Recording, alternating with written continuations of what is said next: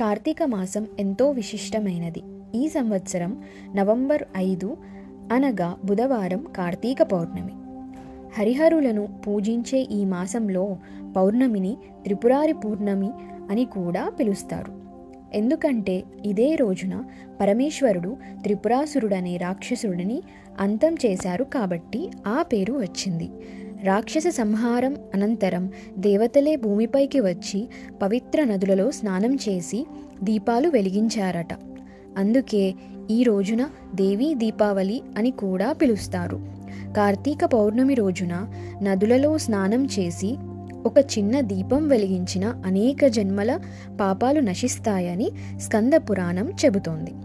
ఈ రోజున కాశీలో గంగా తీరంలో దీపాలు వెలిగిస్తారు. ఈ రోజునే శ్రీ మహావిష్ణువు మత్స్యావతారం ధరించారు. అందుకే ఈ రోజు శివకేశవులకు ఎంతో ప్రీతికరమైంది.